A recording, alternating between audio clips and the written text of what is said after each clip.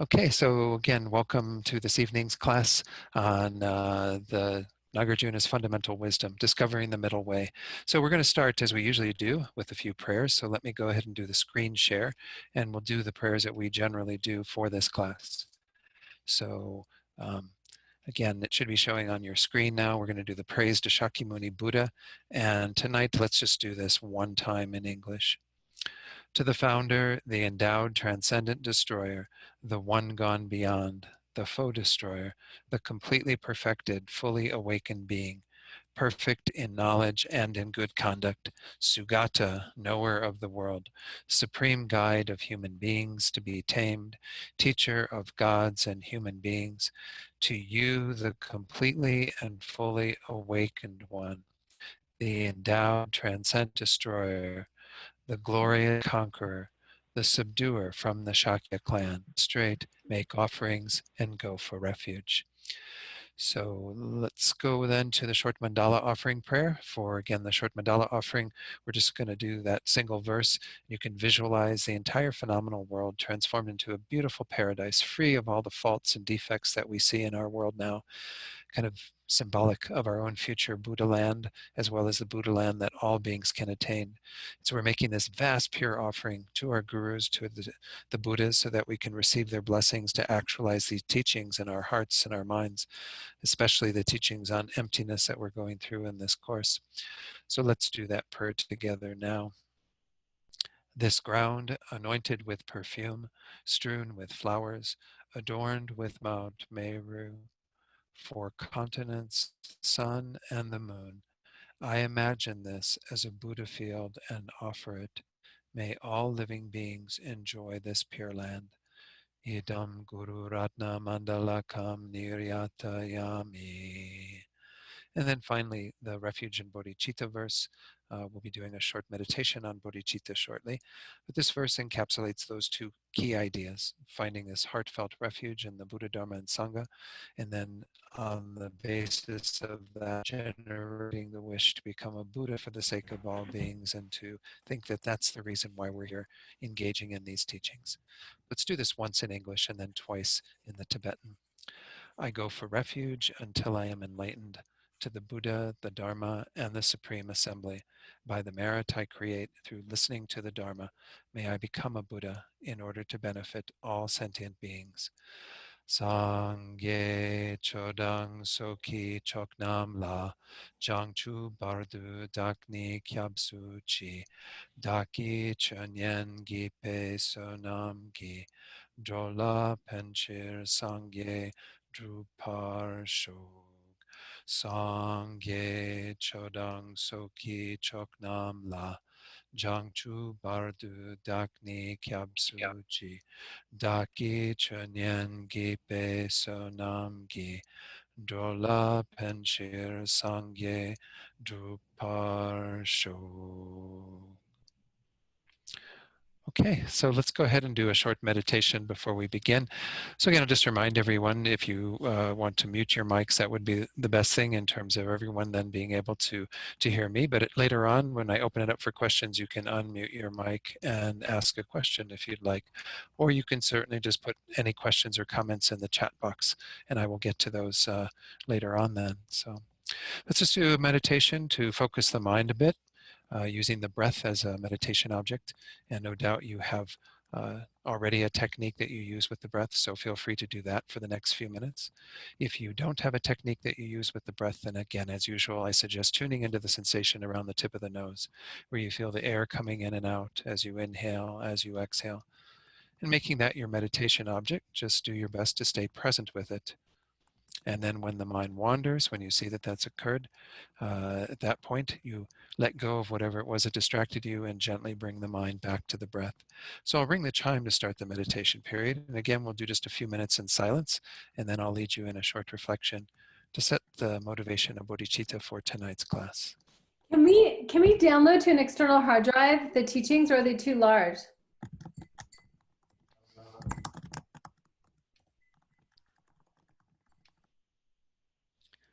Okay.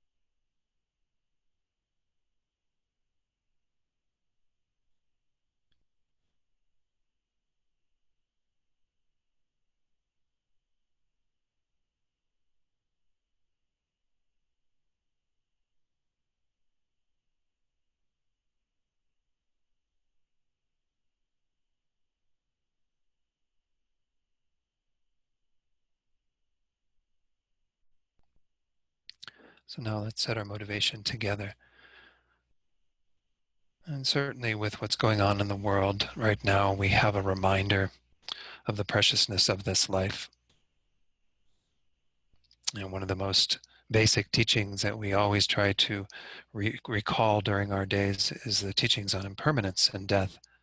The reality that this life, while it is very important and very valuable, is diminishing day by day, and one day death will come.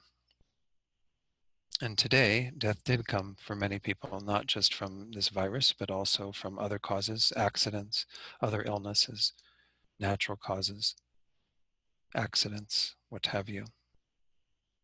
So again, this is a reminder to us that we can't take for granted this life that we currently possess, this life that we created through our great efforts in the past, through our practice of good morality, through our engaging in generosity and the other perfections, through even our making strong prayers. We have this perfect life right now. And so we have to make use of this while we have it, because there is no guarantee that we'll have another day. And the best way to use this life, especially as we approach these teachings that we're going through in this course on the middle way, on this perfect view of emptiness, is to do this with the motivation of bodhicitta. This is the best possible use of this life, to live one's life dedicated to the welfare of all beings. As Lama Zopa says, that's the main mind behind bodhicitta. The primary aim is to benefit all sentient beings, motivated by compassion and love for every one of them, with a sincere wish that they be free from suffering, that they find the causes of happiness, and moreover, that we become the person who does that for them. We then accompany that main thought with the secondary thought, the thought, therefore, I must become a Buddha for their sake. Therefore, I have to realize emptiness. Therefore, I have to engage in these teachings that help me to be very clear about the meaning of emptiness, to find that middle way.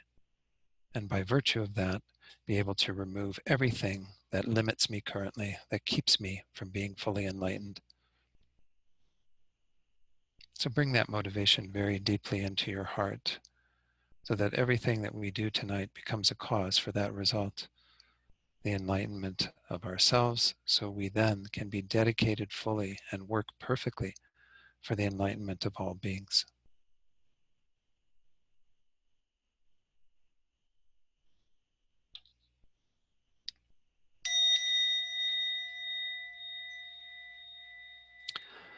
Okay, so again, in this Wednesday night class, this has been going on for a little bit of time. It's a course where we're looking at three main chapters of Nagarjuna's text. And again, I'm just giving a little background to get us back into the topic, as well as for those who may not have been here for previous teachings.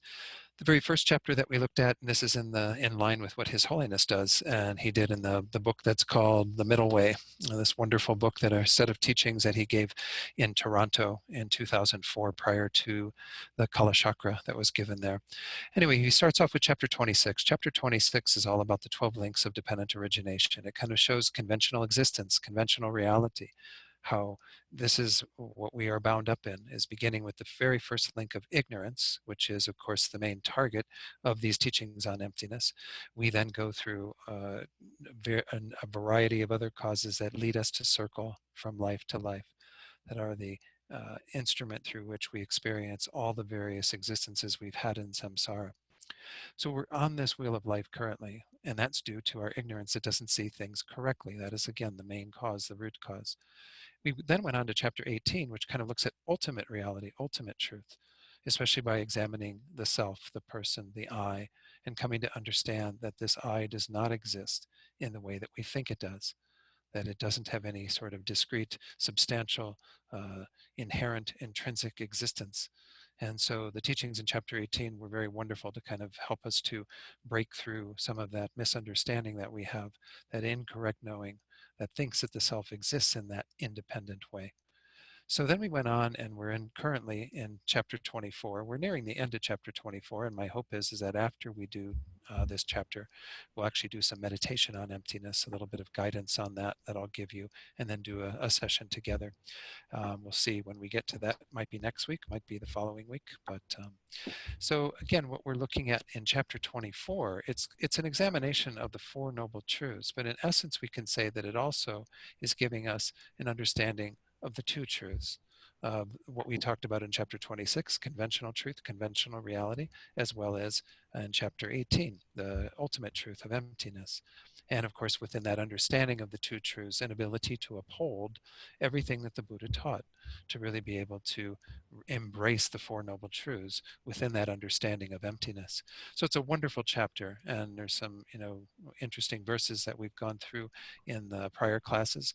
Tonight, where we're at is that essentially in the very beginning of this chapter, I think it's the first 6 verses, Nagarjuna has an imaginary opponent who kind of puts forward a view that, in fact, most of the other Buddhist schools, the sort of lower tenet systems, would all hold to, which is in the view of how they see what we're refuting in the middle way, this idea of inherent existence.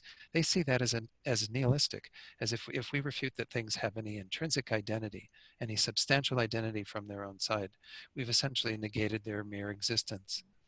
Well, this isn't what the middle way is upholding. The middle way is upholding the idea that when we refute that inherent existence, things do still exist, although their existence is very, very slight, very subtle. Again, existing by force of mere imputation, mere designation, not having any sort of, again, substantial existence.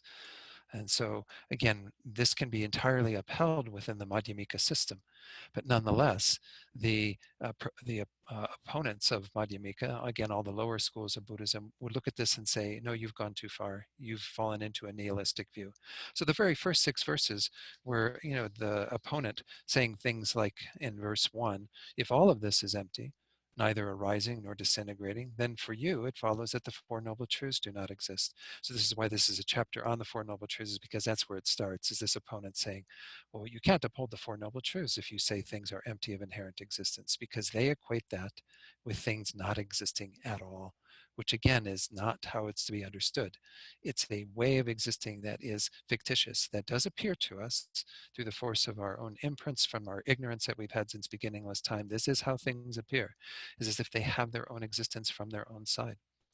But they lack even an atom of that. And we can understand that through analysis. This is why I do want to include in this course, some meditations on emptiness that I think would be really useful to get a flavor for that if you haven't meditated on emptiness before, or to help you to pursue it further if you have already. So this is, again, the first 6 verses putting forward this argument that is essentially refuting what the Madhyamika say. Well, then from verse 7 on, verse 7 is Nagarjuna saying, you who speak in these terms have failed to understand the purpose of emptiness, emptiness itself, and the meaning of emptiness. You are therefore harmed by it. And then he goes on to talk about essentially how the two truths can be upheld as a way of understanding that while things lack inherent existence, they have their emptiness, they still have a conventional mode of arising. They still have conventional existence. So this is, again, an important thing, a distinction that we have to hold so that we make sure that we can kind of not fall into this extreme of nihilism. So again, in this whole idea of the middle way, finding this middle way that goes between these two extremes, it's important to maybe take a moment to make sure we're clear about these extremes. And the one extreme I already mentioned there is falling into this nihilistic bent, to think that somehow things don't exist at all, which of course becomes problematic, because then how do we uphold everything that the Buddha is teaching us, all the practices that we do, everything, the entire path wouldn't make sense if things didn't exist at all. So that's a misunderstanding of emptiness. They're not understanding it correctly by equating it to nihilism. On the other hand, the other extreme is where we are currently, or we get maybe even get reinforced in that and somehow think that even emptiness exists in some sort of intrinsic way. We reify phenomena. We think that there's more there than what there actually is. Through the force of our ignorance, we hold to things having this inherent existence. That's the view of kind of eternalism or permanence. It's the idea that things have something from their side that is unchanging, that is their essence, that is locatable, findable. And again, through our analysis, we see that doesn't happen. We move back and forth to some degree between these two extremes, and we have to find the middle way that is between them. And the middle way that is between them is defined very clearly in terms of the understanding of the two truths, the understanding of dependent origination as the way that things come into existence. So a lot of what Nagarjuna went into after that, again, just to briefly recap, is an explanation of the two truths, and understanding that dependent arising is the best way to realize this middle way. Jump forward to verse 18, and then I'm going to be going back into new material before too long. But verse 18 is this, and 19 for that matter, are these two wonderful verses that, as I pointed out earlier, I think it was Charmaine who gave me a copy of a sheet that His Holiness the Dalai Lama had encouraged people to meditate on those two verses as well as a number of other verses in their daily practice. So verse 18 says, whatever is dependently originated, that is explained to be emptiness. That, being a dependent designation, is itself the middle way. So this middle way is essentially the compatibility of these two aspects: dependent origination, dependent arising, which is how things arise conventionally on the basis of their causes and conditions, on the basis of their parts, on the basis of being merely designated by a conceptual mind. And then their emptiness, their lack of any independent existence. So again, these two are the middle way. This is how we find this very razor thin line between these two extremes that will help us to not fall to either of them. So again, this is what Nagarjuna went into, and then eventually he comes around to a whole set of verses that are essentially throwing the faults back at the opponent. The opponent having said, "Well, you're nihilistic in what you're saying by holding to this view of emptiness," and then of course Nagarjuna refuting that, but then going back and saying, "Actually, it's you who are nihilistic. If you hold things to lack or to have any inherent existence, then none of what the Buddha taught could be upheld." And so we're in this section, and I'm going to go ahead and go to the slides now and show a few of those. We'll do that for a good part of this evening. Let me pull up the slideshow. I can get that to come up here on my menu. Okay, from the current slide. All right. So this whole section that's called "Why for those who do not accept this meaning this view of emptiness, no ontological framework is tenable. You can't figure out a way to uphold how things could come into existence. Their mere existence could not be established within the framework of inherent existence. Inherent existence would refute things coming into existence from causes and conditions and so on." So last week we looked at this idea of the first outline, the Four Noble Truths as objects of knowledge will make no sense. There can be no truth of suffering, no truth of the origin of suffering, the cessation of suffering, the path that leads to that, because all of those are contingent upon causes and conditions and other factors that would belie their inherent existence, their independent existence. So I'm just going to again pass over each of these because there's 6 outlines in total, and we're going to get to the remainder of them hopefully tonight. The second outline we went through last week as well that said the knowledge of such things as the Four Noble Truths and the Four Fruits will make no sense. So again, the Four Noble Truths, when they were originally taught, were taught by the Buddha in terms of the first noble truth, the truth of dukkha or suffering, is to be known. We are to attain knowledge of it. That's the activity we do in relation to it. For the second truth, the truth of the origins of suffering, they are to be abandoned. That's the action, the verb that we want to use in relation to that second noble truth. With regard to the third noble truth, the cessations are to be actualized, realized. They are to be made manifest so that we have no longer the experience of dukkha. And then finally, the fourth noble truth, the truth of the path is to be practiced, is to be cultivated. So those verses went into the whole idea of these activities of knowing the truth of suffering, abandoning the truth of the origin of suffering, and so on. All of these activities couldn't be engaged in if things existed inherently. Their inherent existence would contradict that because things would then have a fixed, unchanging entity. And then, of course, the four fruits will make no sense. I was asked about these last week. I gave the answer, but I wanted to go ahead and review it again because the four fruits comes up again in the next outline. So, whoops. Oh, why did it do that? Oh, that's weird. Okay. All right, previous verse, sorry, previous slide. The four fruits. These, again, you may have heard these terms. These are used, I know in the Vajrakutta Sutra, you might run across them, and you might run across them in other sutra passages. These four fruits are results that one attains at various stages of one's path, depending upon one's other practices of concentration and so on. Not everybody goes through all four of these fruits, but essentially these are generally taught in the context of the Hinayana path, the path to individual liberation. But they are the fruit of the stream enterer, which again are those who have realized emptiness directly. They've become what's called an Arya being, a superior being. Some of those who realize emptiness directly, though, also become a once returner on the basis of various levels of the afflictions that they've been able to suppress so that they are no longer manifest through their concentration. And again, it gets complicated to talk about it beyond that.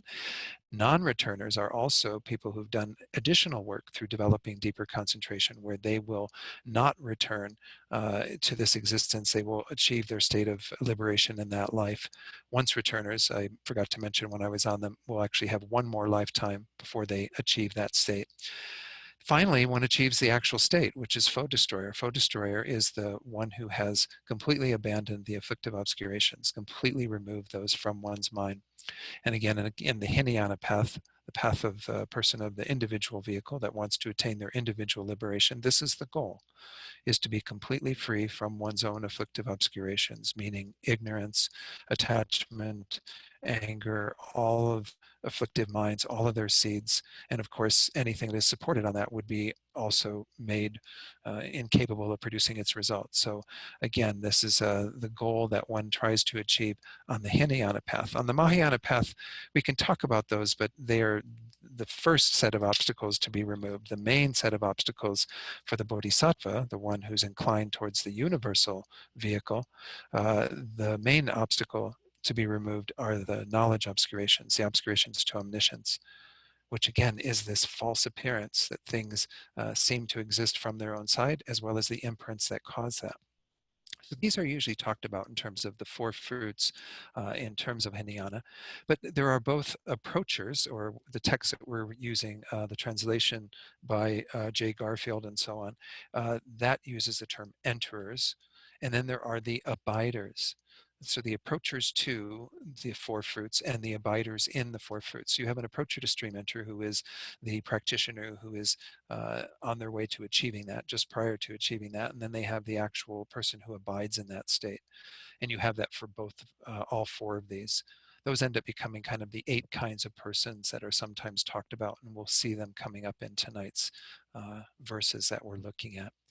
So again, going back to, let me go back to the verse, the slide before that. The second outline was the knowledge of such things as the Four Noble Truths and the four fruits wouldn't make any sense. You couldn't attain these results because the mind would never be able to attain it because it's in a state of not having attained it now, and it's in that state inherently. So how could it change into something that has attained those realizations and has attained those results? So this is, again, if we really hold to an understanding of what inherent existence means, we find that tenable framework for anything to arise, for any to come into existence, because things would come into existence and abide in that and never be able to be changed. How they even would come into existence is questionable because they wouldn't rely on any causes and conditions. So the third outline, what we're going to start with tonight, is that the 3 jewels will make no sense. The Buddha, Dharma, and Sangha do not make sense in the light of this. Verse 29 says, without the fruit, meaning again, those results that we talked about, there would be no attainer of the fruits, and there would be no enterers as well. And if the 8 kinds of person do not exist, there would be no spiritual community. Because essentially what we can say, again, these 8 kinds of person are what we mean by the Sangha, the Sangha jewel. The Sangha jewel in its most precise way refer to Arya beings, meaning anyone who has attained at least the direct realization of emptiness and above, all the way through foe destroyer, all the way through a bodhisattva who's on the path of seeing, path of meditation, all the way to a Buddha. Essentially everything that is an Arya being is what we are meaning by the Sangha jewel. And we use Sangha in a much looser way in our culture to refer to the spiritual community at large. But essentially, when we take refuge in the 3 jewels, who we're really taking refuge in is not, the people who sit in the Gompa and practice with us necessarily. They might be, Arya Sangha. But at the same time, we're mostly taking refuge in those beings who have attained those realizations, who actually have accomplished a direct realization of emptiness and are therefore much more reliable guides for us, people to help us on our path. So let's go back to the slides and we'll look at what was said in Tsongkhapa's commentary on this. I think there may even be one more verse before we get to that, though. Yeah, verse 30. Given that the Four Noble Truths do not exist, the sublime Dharma too would not exist. If the Dharma and spiritual community do not exist, how can a Buddha come to be? So based on what was said in verse 29, that the Sangha couldn't exist, well then, given that the Four Noble Truths also do not exist because that was explained in previous verses, then Dharma would be out of the picture. We wouldn't have the Dharma jewel. So you don't get people who attain the results, so you don't have the Sangha jewel. You don't have the Four Noble Truths, so you don't have the Dharma jewel. And if you lack the Dharma and the Sangha jewel, the spiritual community, well then how can a Buddha exist? A Buddha is dependent upon those factors. Buddhas are arising from the Dharma, the holy Dharma, and they become Sangha and are led along the path to becoming Sangha and so on. Without those two factors there, we couldn't have Buddhas. Buddhas wouldn't exist. So Tsongkhapa says essentially what I just described for those two verses, if the four fruits and their enjoyment did not exist, then those who have enjoyed them and the four enterers would not exist. So the abiders and the enterers, or the approachers and what have you, different translations of these. Without those four sets of beings and the 8 individual kinds of person, there would be no jewel of the Sangha. So essentially, once more, Nagarjuna is telling this opponent that if you think that uh, all these things inherently exist, then you couldn't bring them into existence. There's no way that the three jewels could exist because in terms of the beings who would enter into the fruits, the attainment of those fruits, as well as the Dharma itself, and therefore no basis for the Buddha. So none of this could exist. But again, here we're just mostly talking about the Sangha so far. Then he goes on to the Dharma and so on. He says, without the noble truths, there would also be no jewel of the Dharma. Without the jewels of the Dharma and the Sangha, how could there be a Buddha? There could not be. These should all be understood as they were explained earlier. So again, that's on the basis of what he already had explained and what I mentioned earlier tonight, having thrown back to the opponent that what the opponent held is not correct, that in fact, the faults that the opponent was trying to throw on us would fall back on the opponent on the basis of their incorrect views of what emptiness means. So verse 31, continuing in the same outline, this third outline, for you it would follow that a Buddha would arise then without dependence upon enlightenment. And for you, enlightenment would arise without dependence upon a Buddha. So again, if these things are inherently existent, which again it seems so contradictory to, although we have a deep heartfelt belief and conviction in inherent existence due to the force of our ignorance, it seems so contrary because we do see that things arise on the basis of their causes and conditions. Once more, that's why the lower schools don't have a problem with thinking that things inherently exist, because they say they inherently exist and they arise from their causes and conditions. Well, you can't have both. A Buddha depends upon the state of enlightenment. Enlightenment depends upon the state of a Buddha. That interdependence belies them being inherently existent. So if people hold to that inherent existence, you couldn't have a Buddha, because enlightenment would arise independently of Buddhahood, and Buddhahood would arise independently of enlightenment. If there were any essentially existing Buddha, as you would have it, it would not depend, that is, rely on enlightenment, that is, on omniscience. It would arise in its own right without relying upon enlightenment or omniscience. So a Buddha could exist entirely independent of the state of omniscience, which of course doesn't make sense, because that's how we define a Buddha, is a being who has attained that state of completely developing their minds. And so the quote that's given here goes back to earlier in the text. Again, we didn't cover chapter 15 as part of this course, but Tsongkhapa quotes Nagarjuna's previous statements in this text. He says, this is because essence itself, meaning that inherent essence, that identity, is not constructed and does not depend on another. So the idea here is that if we hold to something to have inherent essence or inherent identity, it would exist completely independent. This is what we mean by that whole concept. That's why, once more, we have to continually go back to being familiar with this object of negation, this understanding that we are adhering to things to have this inherent existence, and they even once more appear that way to us. So we have to get really clear about what that entails so that we can come to refute it simply through these logical reasons that if things did exist in that concrete way as book or pen or cup or person or whatever, all the various things that are established in our world, if they did exist inherently as that, they would be standing kind of on their own, uncaused, unrelated, totally independent.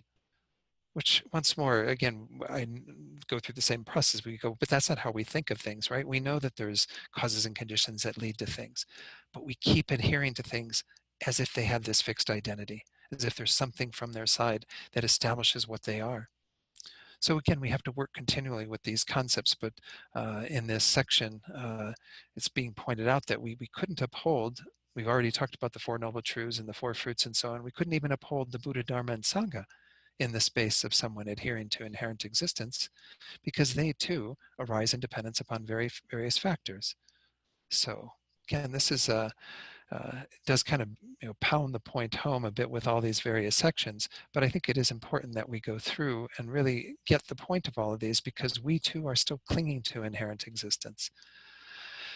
So he says, similarly, on your view, once more, he's talking about the opponent here, it would feel absurdly that enlightenment, that is omniscience, would be baseless, since it would not depend, that is, rely on, a Buddha. This is because it would exist essentially. Essential existence entails, as was said in that previous slide, that it's not constructed. It doesn't depend on anything else. It has its own independent existence. So now we go on, continuing in the same section, but another verse in this, talking about the three jewels. Nagarjuna says in verse 32, for you, one who was unenlightened through his intrinsic nature or her intrinsic nature, whoever, even by practicing the path to enlightenment, he or she could not attain enlightenment. So that's kind of pointing to, us and other beings who are at this stage unenlightened. We haven't yet attained that state. Well, if we are unenlightened through our intrinsic nature, if that exists inherently, intrinsically, well, then even if we were to practice the path to enlightenment, we couldn't attain it because we are inherently unenlightened. We are unchanging, fixed in our identity as unenlightened beings. So Tsongkhapa goes on to comment on this. He says, moreover, on your view, a person who existed essentially as a non-Buddha prior to enlightenment, even if he engaged in the practices of the Bodhisattva in order to attain unparalleled enlightenment, could not attain enlightenment, because whatever his essence is now can never be changed. So again, this idea that if we do have an inherent essence, then it has to be unchanging. It has to be, again, a fixed identity from the side of the object, because this is how we are, again, seeing things through the force of our ignorance, as if they had that established on their own, from their own side, by way of their own characteristics. So that concludes the third outline that had to do with the three jewels not being able to be upheld within this. The fourth outline of these six essentially is going into the whole idea of agent, the actor, the person who is engaging that into an action, a karma, action itself, the karma that we are creating, and the effects that arise from that, those causes of our suffering, karma and so on, or whatever experience we have. None of that would make any sense. So we've got three verses that have to do with that. Let's go to verse 33. Nagarjuna says, no one could ever perform moral or immoral actions. If things are non-empty, in other words, if they're inherently existent, what could one do? In intrinsic nature, there's no activity.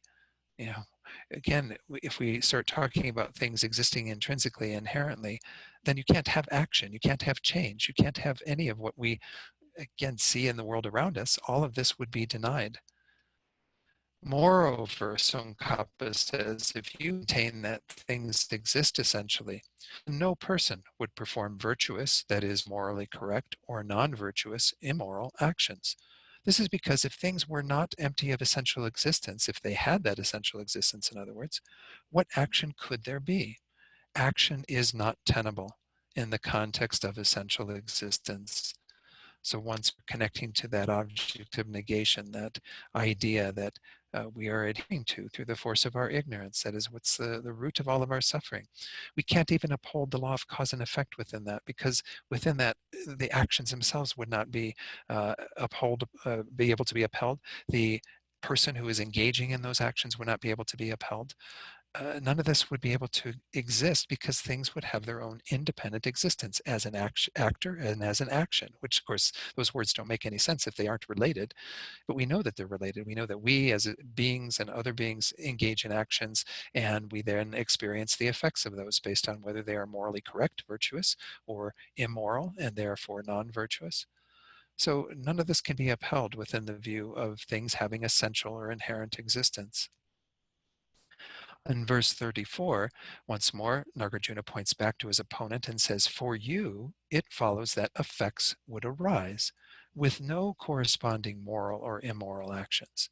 Thus, for you, the effects that came into being from moral and immoral actions would not exist."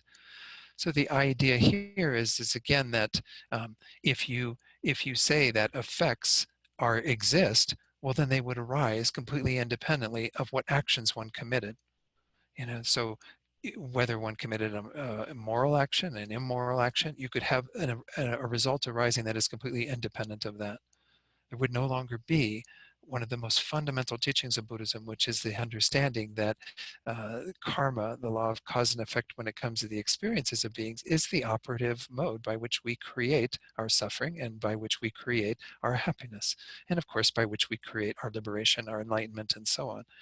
So again, the whole concept behind this is that if we are adhering to things to exist inherently, then we simply are not going to be able to uphold even something as basic as the law of cause and effect. So in the commenting on that, Tsongkhapa then says, "Moreover, if you were to say that their effects, the effects of those actions exist essentially, the suffering we experience or the happiness that we experience, then even without one having performed virtuous or non-virtuous actions, you would experience the pleasant and unpleasant effects that are caused by these two. They would be completely independent and unrelated. You could have effects arising without their causes. You could have causes that never give rise to their effects. There would be no relationship between those two in this world of inherent existence that the opponent is clinging to so tight. In that case, it would be pointless to perform these two kinds of actions in order to obtain the X." Again, this is the most basic advice that we get in our Buddhist teachings, when the path of the small capable being, as Rinpoche likes to call it, the small scope of the Lama, where we learn that we are in the driver's seat, that we actually can create the results that we want to experience. But it would be pointless to perform virtuous actions to get happiness if the results didn't arise in dependence upon that. It would be pointless to avoid the non-virtuous actions in order to avoid the suffering, because suffering could still arise independent of those.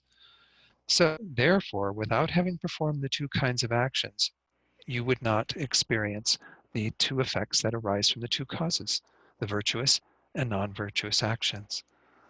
Because again, this is, we don't have the ability to witness this directly in terms of our actual experience, but we have that understanding in all that we do in the Buddhist path, that we do have to engage in certain types of actions to attain the respective results. That's one of the most fundamental principles of karma, is the definiteness, the certainty in terms of it giving rise to a result that is in line with it. If we engage in virtuous actions, we get a result of happiness. If we engage in non-virtuous actions, we get a result of suffering. And that whole law of cause and effect couldn't be upheld within the view of inherent existence. Final verse in this section: "If for you," once more the opponent, "effects that come from moral and immoral actions do exist, why then are these effects that come from moral and immoral actions not empty?" Once more saying, if you're still going to hold, in the face of what Nagarjuna has just said, that the effects absolutely do exist. There are effects from our virtuous actions, our non-virtuous actions, and so on. Well, then how can you not hold them to be empty? Why wouldn't they then be empty? They would have to be empty of inherent existence if they're arising from their respective causes. Those effects depend upon the causes. Therefore, they're a dependent arising. Therefore, they are empty of any independent existence. So Tsongkhapa then says, if you experienced the two effects that arise from virtuous and non-virtuous causes, then why would these two effects not be empty of essential existence? They would be empty because arising from the virtuous and the non-virtuous, they are dependently originated, like a reflection. Like a reflection depends upon all the various components. You know, you have to have, of course, the person appearing in front of the mirror. You have to have the mirror itself. The light there that gives rise to it. All of these various factors cause a reflection to appear, cause us to have that experience of something, being reflected in a mirror. Um, Again, it's the same thing here. We have results that are the results of happiness or suffering arising respectively from virtuous and non-virtuous actions on the basis of various causes and conditions.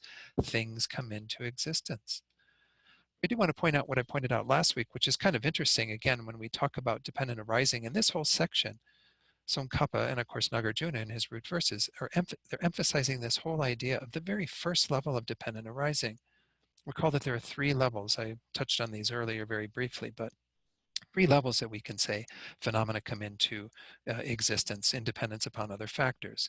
The coarsest one, the one that all the lower schools, even this opponent who is saying that we become nihilistic, even that opponent is holding to that, is the idea that things depend upon their causes and conditions. So everything in our world that is produced, that arises on the basis of various factors that in the physical world or even the mental world that give rise to that, we can see that they have respective causes and conditions that they depend upon. Without those causes and conditions, they don't come into existence.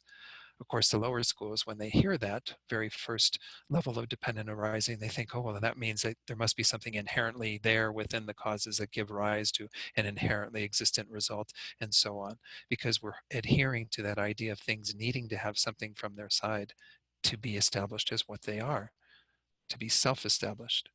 So that's the very first level of dependent arising, and many of the schools will interpret that as not meaning that things lack inherent existence.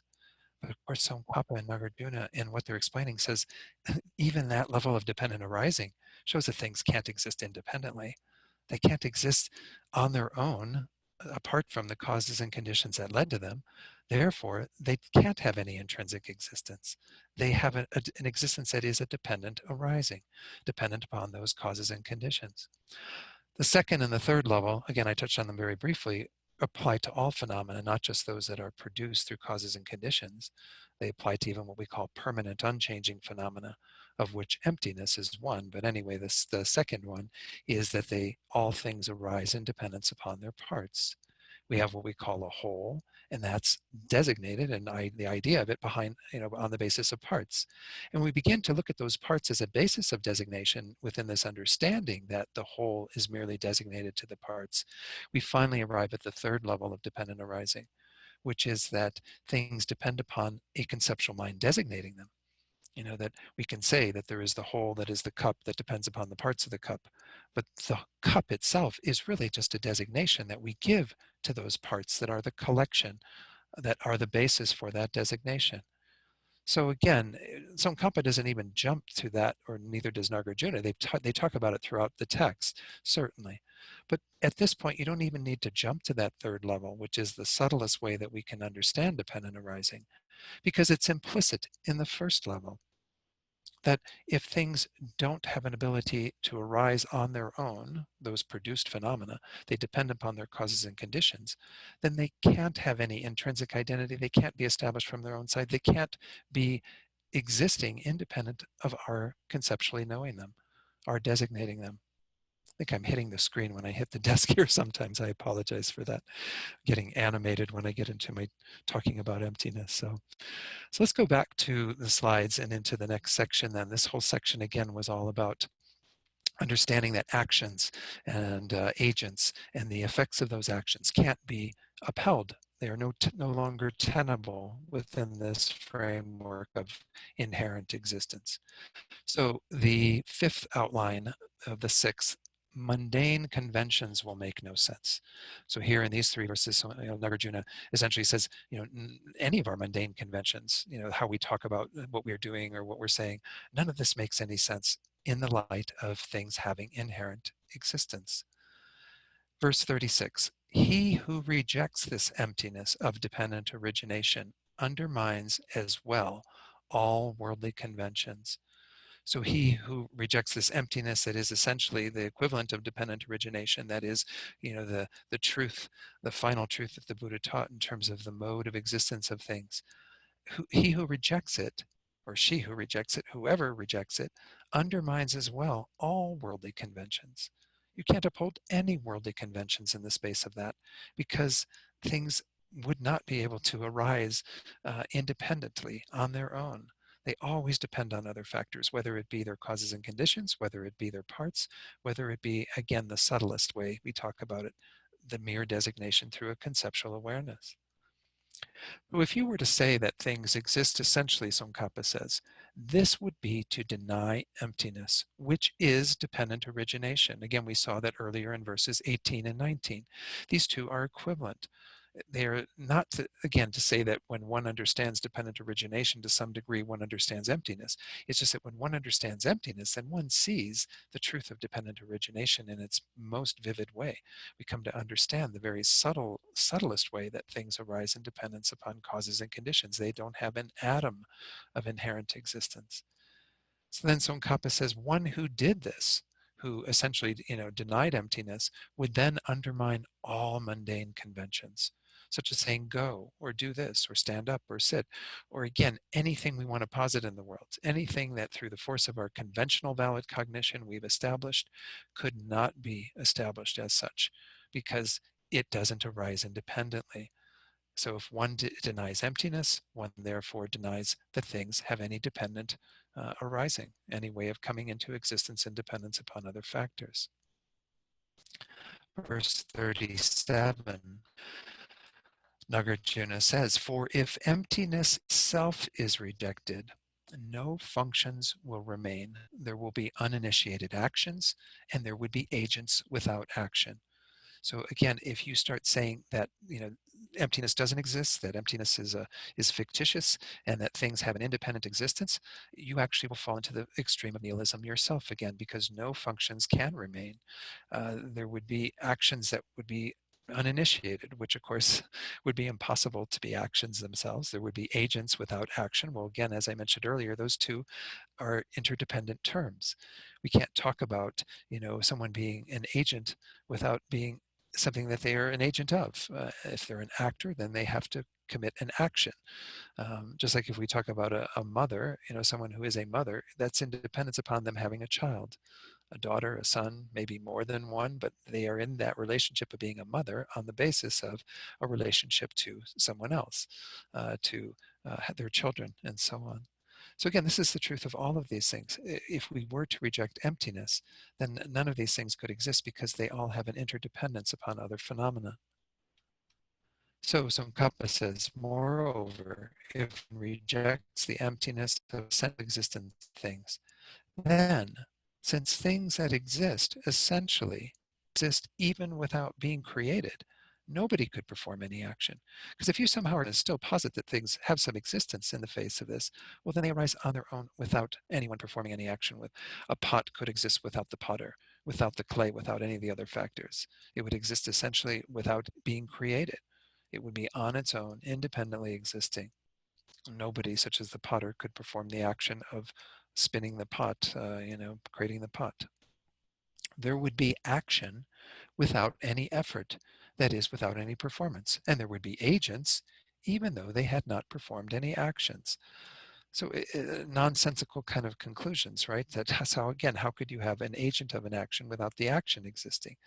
How could you have, an action itself occurring without the performance of that by a person engaging in that action? So Tsongkhapa, says what I just said. None of this makes any sense. Therefore, it is not the case that things are not empty of essential existence. In other words, it's not the case that they have intrinsic existence, that they have inherent existence. it cannot be upheld within logic, because then things wouldn't depend upon any other factors. The final verse of this section, verse 38, Nagarjuna says, if there is intrinsic existence, the whole world will be non-arising, non-disintegrating, and will last for all eternity, devoid of varying states. Again, this is contrary to how we experience the world, right? That things are constantly changing, varying states are occurring, things arise, they disintegrate. So again, it seems absurd that what we are believing in has this consequence. But this is the truth. If things did exist in the way we believe them to, and in the way once more that they appear to, these are the consequences of that. The whole world would be non-arising, non-disintegrating. It would exist for all eternity. When it comes into existence, and of course it wouldn't come into existence from other factors, it would be on its own power, and then it would stay existing for eternity. It could never change. It could never disintegrate, go out of existence, and so on. Moreover, Tsongkhapa says, if beings existed essentially, then transmigrators would be birthless and deathless, because since they would be by nature ungenerated, they could not change. Again, they wouldn't be generated by the force of causes and conditions. Sentient beings wouldn't be born. The causes of birth, of course, are many. And of course, we talk about a human birth, and we have, of course, the karma that led one to get that human existence, the uniting of the sperm and the egg in the womb of the mother that are the basis for the body that goes through the whole development in the womb and eventually is born into this world, and so on. Well, they would be by nature ungenerated. You would have beings existing without all those causes and conditions, because they exist essentially. Those transmigrators would be deathless as well. They wouldn't be able to leave those existences, because it wouldn't change. It'd be existing independently on its own in a fixed kind of permanent way. If they were then birthless and deathless, those beings would endure eternally. And since they would not on causes and conditions, they would not exist in a variety of states. They wouldn't, again, go from one existence to another. They would stay put in that existence, because that's their inherent existence as a human, as an animal, as whatever the state is that they are in.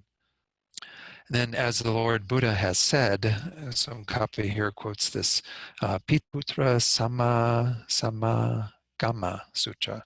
It says, if there were even the slightest thing non-empty, the victor would not make predictions. And without any change, everybody would exist eternally just as they are. And there would be neither improvement or degradation. So the idea here is that the Buddha did make predictions at times, right, in his life. He would make a prediction that so and so will achieve enlightenment, and even the Buddha himself was prophesied in other lifetimes and all of this, or make predictions about other things. Nothing would change. Everybody would exist eternally just as there are. You couldn't improve, you couldn't degrade, you'd just be stuck in one mode if you existed inherently. And the Hastikaksha Sutta says, if phenomena had any essence, the victor and his disciples would have known about it. If this was a truth, as these opponents are putting forth, that one could find, trust me, the victor and his disciples would have found out. They would have revealed that.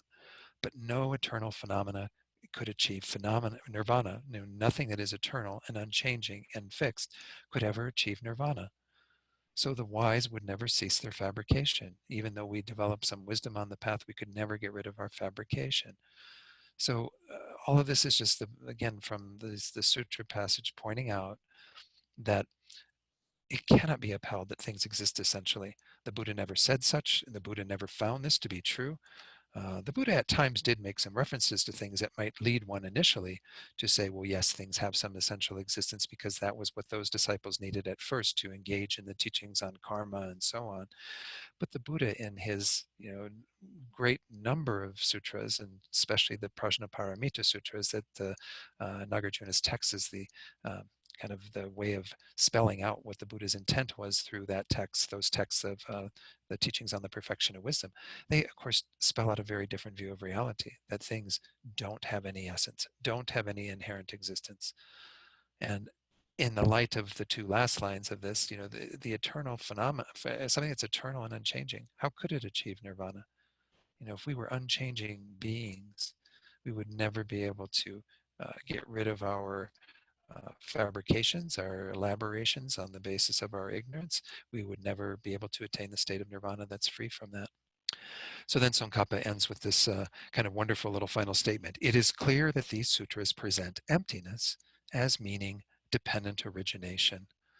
So once more, this is the real crux of this entire chapter, and of course the crux of the entire text really, for that matter, is this equivalency between emptiness and dependent origination, that we come to understand at the deepest level, any of those three levels of dependent arising, things depending upon their causes and conditions, upon their parts, or upon mere designation, we come to see that there's no way that they could have any intrinsic inherent existence. They couldn't exist in a fixed way on their own, self-established, self-identifying.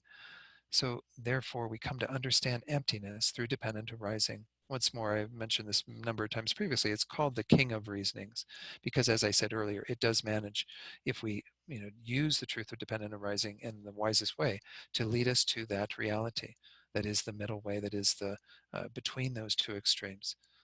If we even look at those two terms, again, I've mentioned this previously, but I'll just reiterate it, dependent and arising. Well, if things are dependent, they cannot be independent. So we cannot fall into the extreme of things having an independent existence if we understand their dependency. But when we go to the other side, we have again a tendency when we study emptiness to sometimes fall into a nihilistic bent. Well, dependent arising, the second word of that phrase, arising, means that things do exist. The Buddha didn't say dependently non-existent, dependently not arising. The Buddha said they are dependently arising. They cannot be independent. They cannot be unarisen entirely. They do arise. Phenomena do come into existence on the basis of their causes and conditions, their parts, and again, in the end, the subtlest understanding that we are led to through investigating dependent origination is that things arise on the basis of mere designation, a basis upon which we impute a thought. And that is all that exists, is this thought in relation to a phenomenon. The basis for that, that the basis for that not having anything inherently that makes it into what we designate it as. These are all our conventional designations. Again, we went into those distinguishing features between these two truths previously in chapter 24. So let's do just a little bit more before we have a short break to see if there are any questions. And then again, I will continue teaching if there aren't, but we now go on to the sixth and the final outline in this section. And this is going to take us almost up to the very end of the chapter, verses 20, I'm sorry, we're at the very end of this chapter, verse 39 here, where we're looking at this statement that essentially is saying even transcendental conventions, we talked about mundane conventions in the fifth outline, even those things that are supramundane, as it's sometimes translated as, that are beyond this world, those conventions won't make any sense either. So verse 39, again, the second to last verse of this chapter says, if empty things do not exist, then attainment of what is not attained, termination of suffering, as well as karma and the elimination of afflictions would not exist. So again, all of these results, the attainment of these states that are otherworldly, that are beyond this world, the attainment of the Arya state, the Arhat state, foe destroyer, the attainment of Buddhahood, the end of suffering, the cessation of suffering, which is the final result when one has achieved the state of foe destroyer, and so on, the karma and the elimination of afflictions, and so on, all of the things that we posit as part of the path that leads us to this final result, the purified result of enlightenment, liberation, and so on. None of this could exist if empty things do not exist, if emptiness isn't upheld. So Tsongkhapa says, if things were not empty of essential existence, then there would there be the achievement later of that which was not previously achieved, nor the final exhaustion of suffering that had not been exhausted earlier, nor the abandonment of all of the defilements and actions that had not been abandoned earlier. So again, if we look at it from that point of view of what it means to have inherent existence, that would mean that we would be in a state of not having achieved these achievements. So we could never have the attainment of those achievements of liberation, enlightenment, and so on. If we talked about right now, we are in a state where we are inherently having not exhausted our suffering, having continued to experience our suffering, well, then we could never achieve the final exhaustion of that suffering because we're inherently in this state of not having exhausted that, and so on. This is just these ramifications that are being driven home this final verses of this chapter. So then he says, thus, none of the transcendental conventions would make sense. None of the movement to those states beyond this world, to these supermundane states, would make any sense in the light of things existing inherently. So now we get into the rest of the chapter. There's only a little bit left. We have a final outline, which is showing that to see the reality of dependent arising is to see the reality of the Four Noble Truths.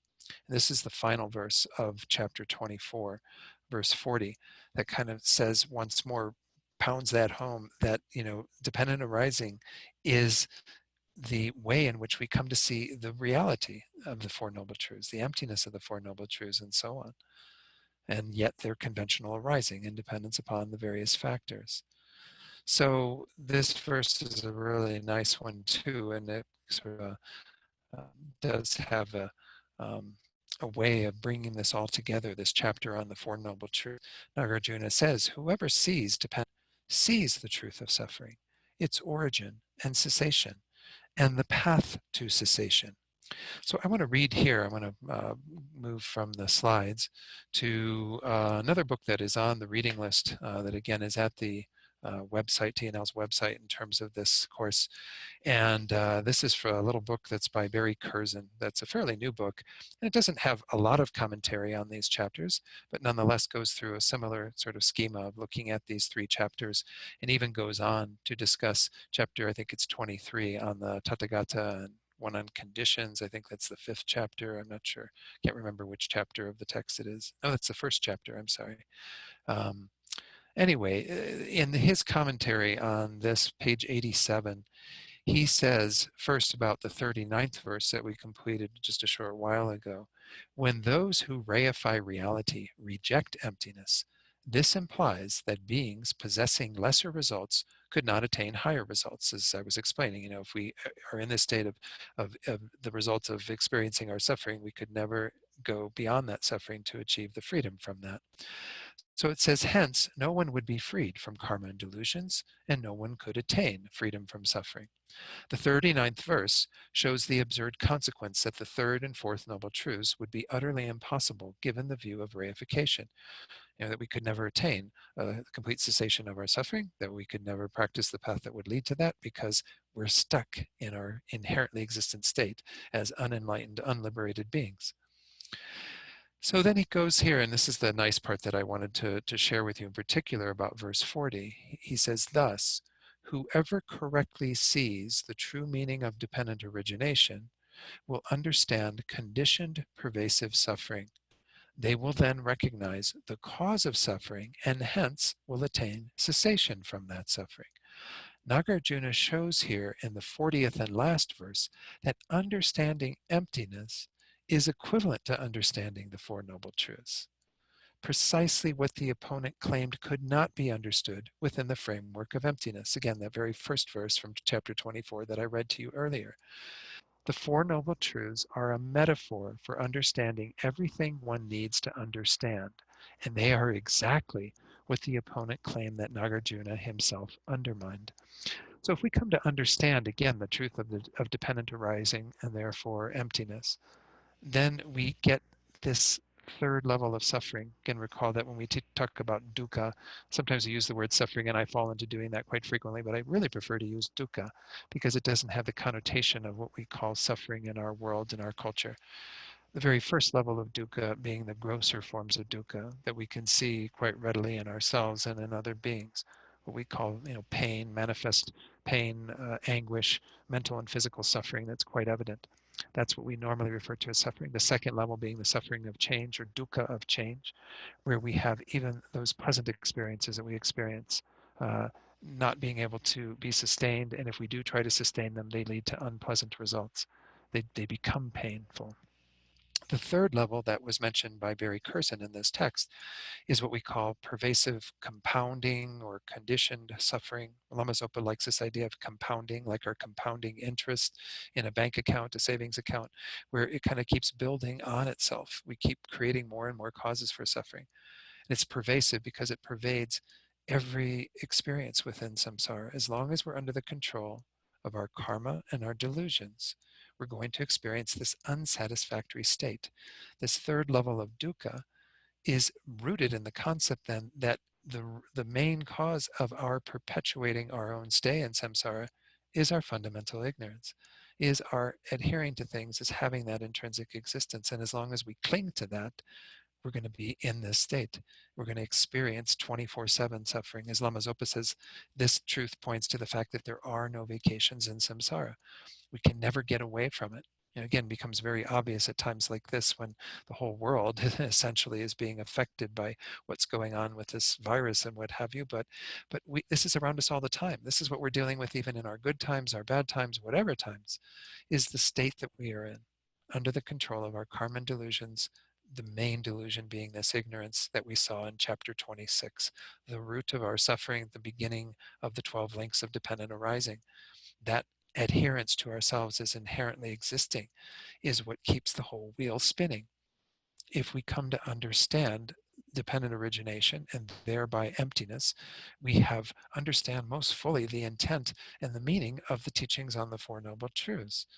That we have to be able to clearly recognize the state that we are in at the deepest level, not just get the dissatisfaction we experience when we have to deal with uncomfortable situations and so on, but that we get the deepest level of our dukkha, the state of unsatisfactoriness that we're in because we are conditioned in this way.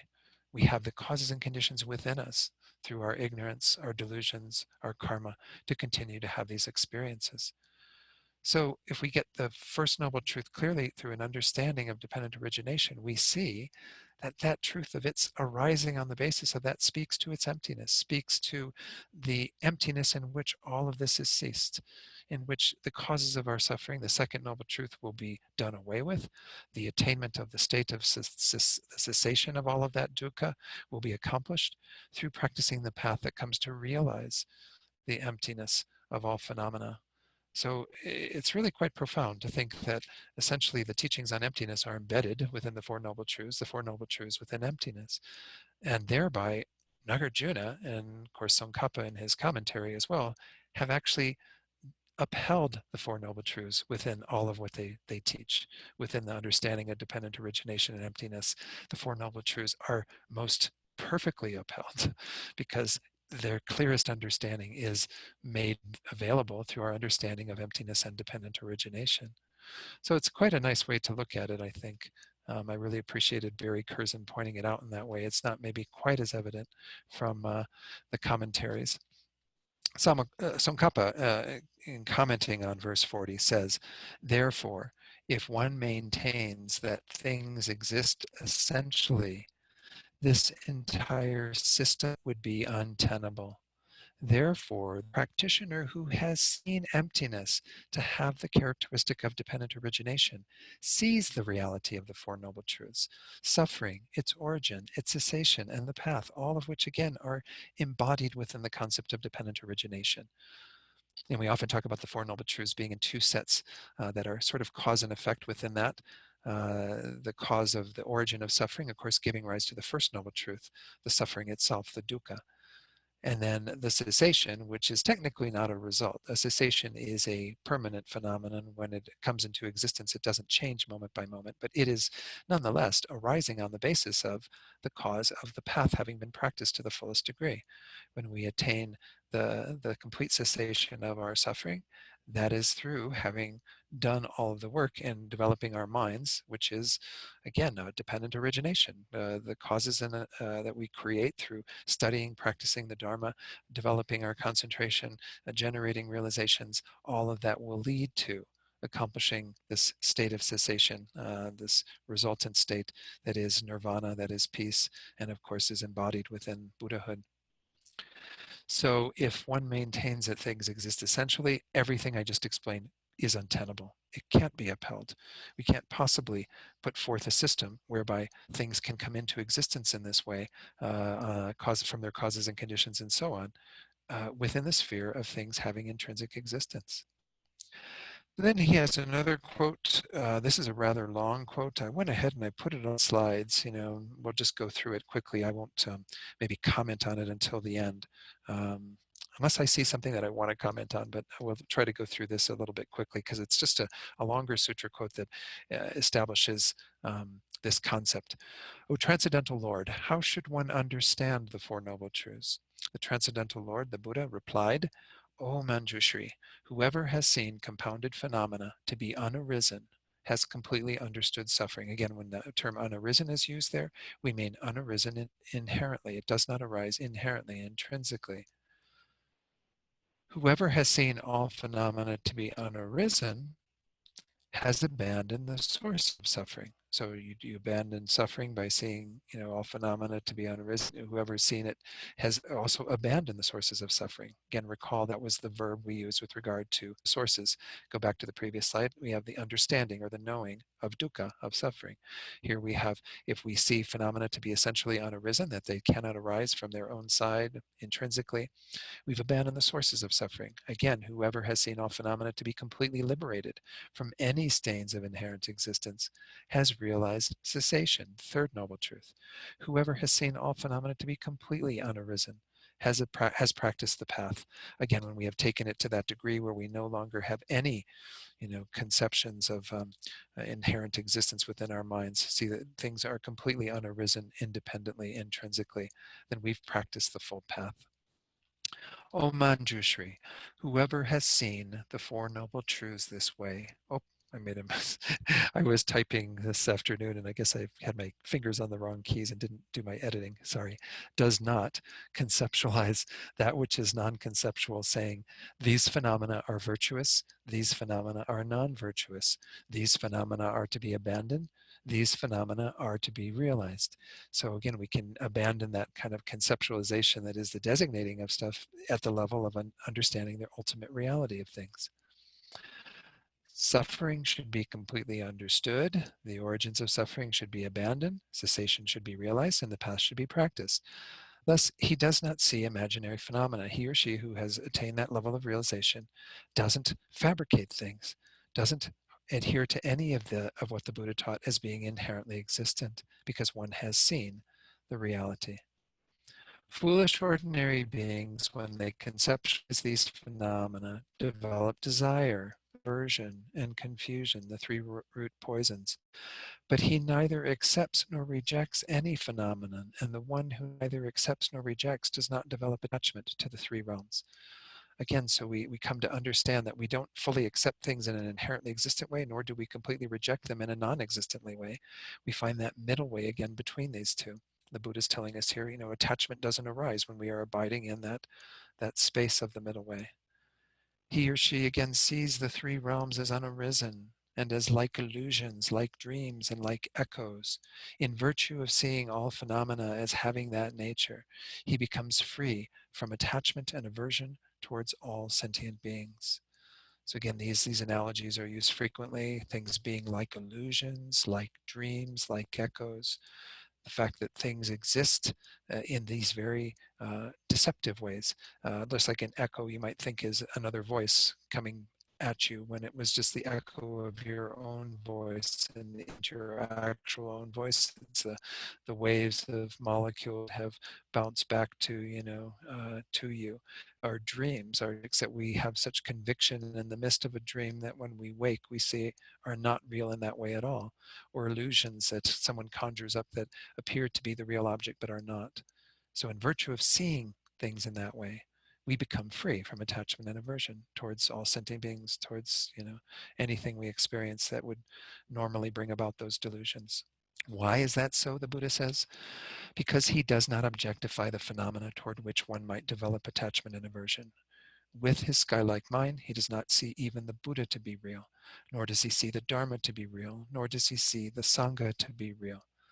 Again, this idea that if we're not objectifying phenomena, then the attachment and aversion don't arise. If we're not with the mind of ignorance, then none of the uh, problematic minds can arise because they're rooted in that. And with this understanding of things not being objectified through this ignorance, we then see that things don't have that level of reality. The Buddha is not real in the way that we think the Buddha is, the Dharma, the Sangha. They lack that level of reality. They still exist, but again, albeit just as merely imputed, merely designated, arising from their causes and conditions and so on. And thus, because, again, this person, he or she, sees all phenomena empty, they do not develop doubt. Without doubt, there's no appropriation. Being unappropriated and without appropriating, they then go on to attain nirvana. So again, doubt, any sort of afflicted view that would keep one unable to move forward in a kind of two-pointed way, this mental factor that we talk about frequently as being one of the 6 root afflictions.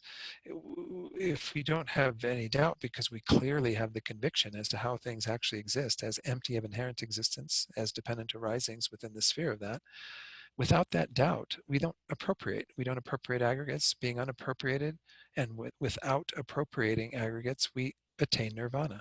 We go on to the peace that comes about because we've undermined all the causes that have led us to continue to be caught up in the wheel of existence. So then we go on. Let me just stop here because I do want to check in and see if there are any questions, comments. I don't see anything on the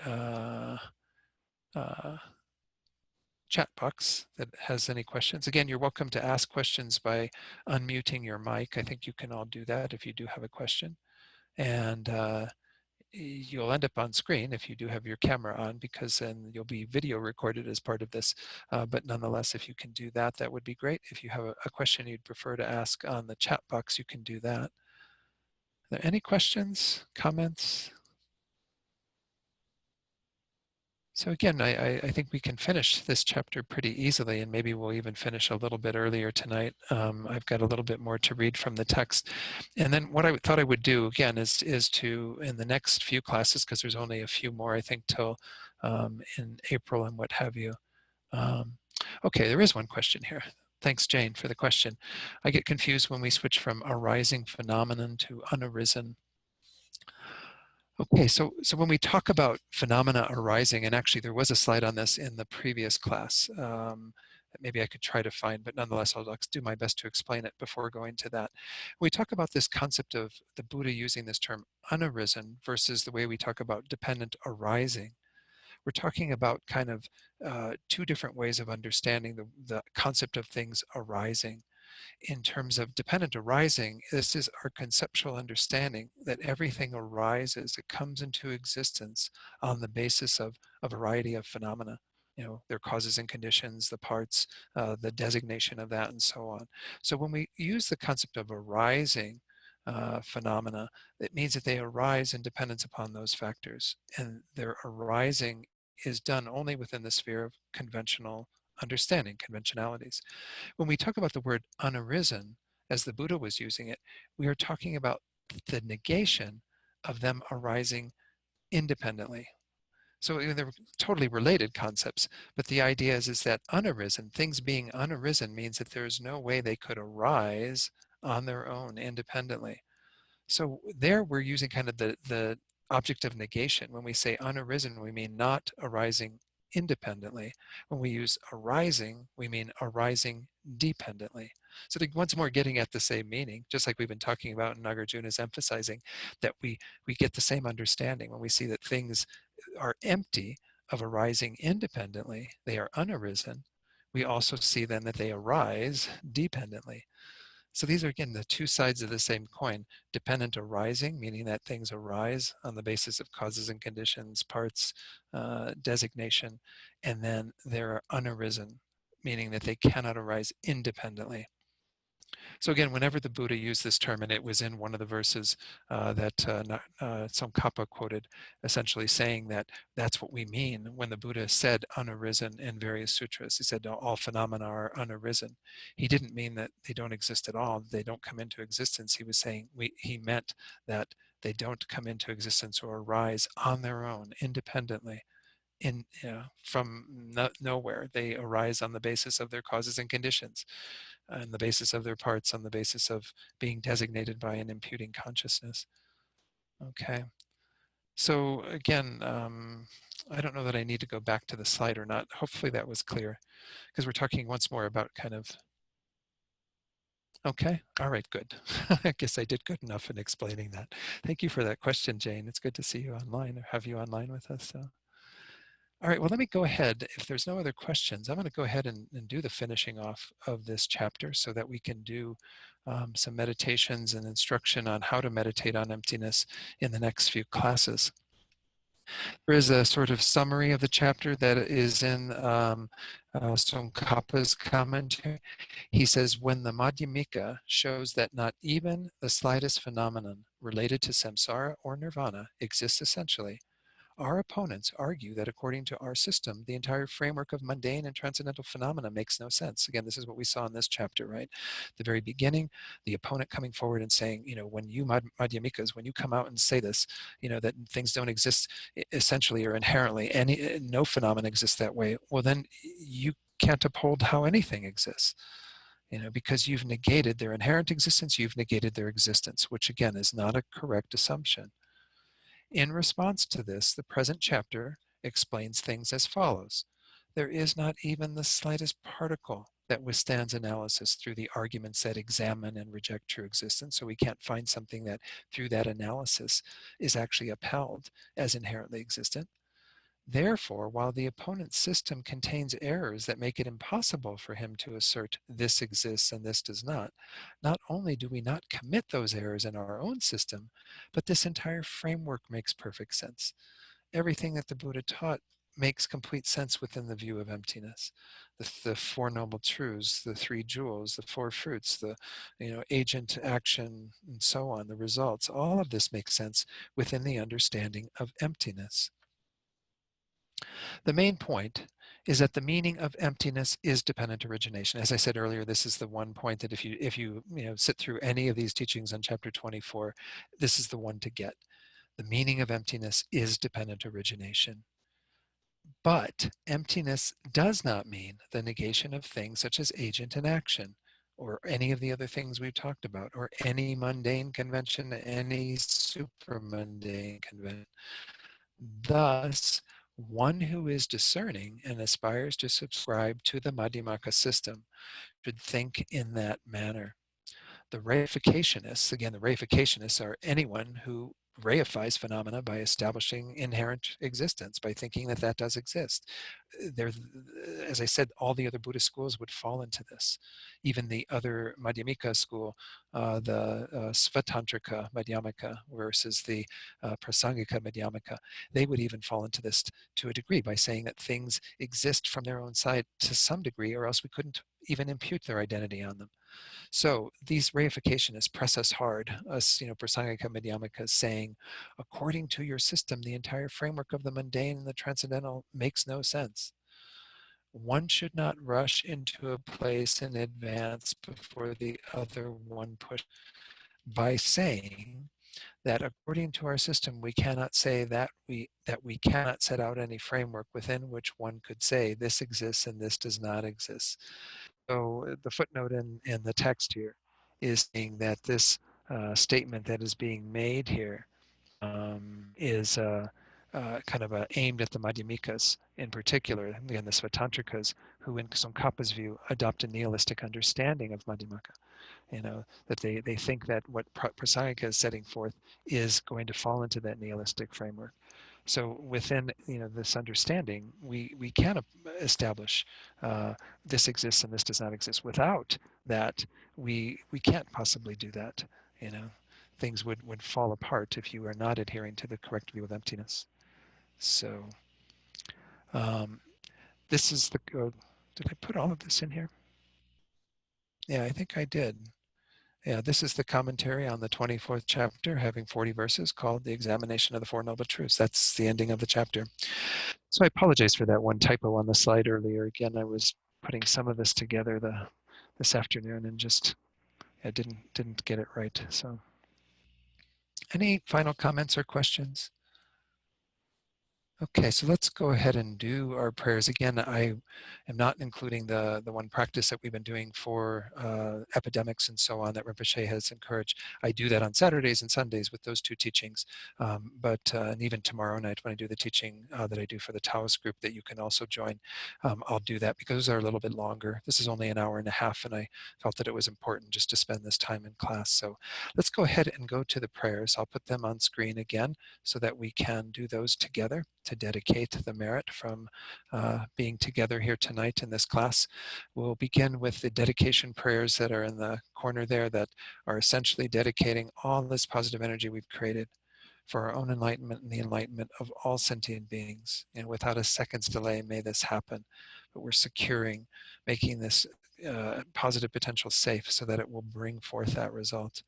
And then the second verse that really encourages us with this thought of this mind of bodhicitta growing and developing, never declining, always continuing to increase. And we want that to happen for both ourselves as well as for all sentient beings. So let's recite those prayers. Due to the merits of these virtuous actions, may I quickly attain the state of a Guru Buddha and lead all living beings without exception into that enlightened state. May the supreme jewel bodhicitta that has not arisen arise and grow, and may that which has arisen not diminish, but increase more and more. Then we go on to the prayers for our precious teachers, and we can, by extension, when we make these prayers for the good health and long lives of these three teachers, we can have that extend to others that are in our lives who are in that role as gurus, as guides. And we can also extend it out to other guides in this tradition and other traditions, whoever those beings are, if they are helping others in ways to develop their minds, their hearts, to find more happiness and peace in this world. May they continue to abide, and may we and others always have perfect guide in all our lifetimes through these prayers. Wish granting, wish fulfilling jewel, source of every single benefit and happiness in this world, to the incomparably kind Tenzin Gyatso, I beseech, may all your holy wishes be spontaneously fulfilled. You who uphold the subduer's moral way, who serve as the bountiful bearer of all, sustaining, preserving, and spreading Manjunath's victorious doctrine, who masterfully accomplish magnificent prayers, honoring the three jewels, Savior of myself and others, your disciples, please, please live long.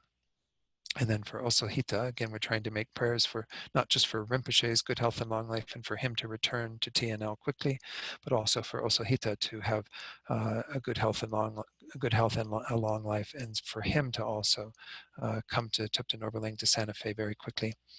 Venerable One, to you whose kindness exceeds that of all the conquerors, for those wanderers in far-off places, especially the West, mindful of your loving concern for us, in intentionally descending again into a family of a far distant land, we make this request. O Lama, please, please live long. Then let's make the personal dedications that each of us are holding in our hearts right now. No doubt we each have beings who we know who are experiencing obstacles or illness, who are dying or who have died. And so bring those beings to mind and dedicate specifically for their welfare.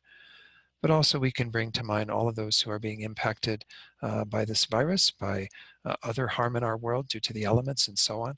All these beings who are suffering in this way, all the beings experiencing problems, complications on the basis of what's going on. We can send this positive energy out to all of these beings so it becomes the cause for freeing them from their suffering and helping them to have all the causes that will lead to perfect peace and happiness. And may all beings attain that state of complete happiness by virtue of what we've done here tonight. Okay, thank you all so much for joining tonight. And again, we'll do meditations on emptiness next week. I'll do a little bit of instruction at the beginning to kind of go through the main points so that we're familiar with them. And then I'll lead you in a guided meditation of hopefully about 40 minutes or so. I think I can do the main points within, some reasonable amount of time. So, all right, be well. Thank you.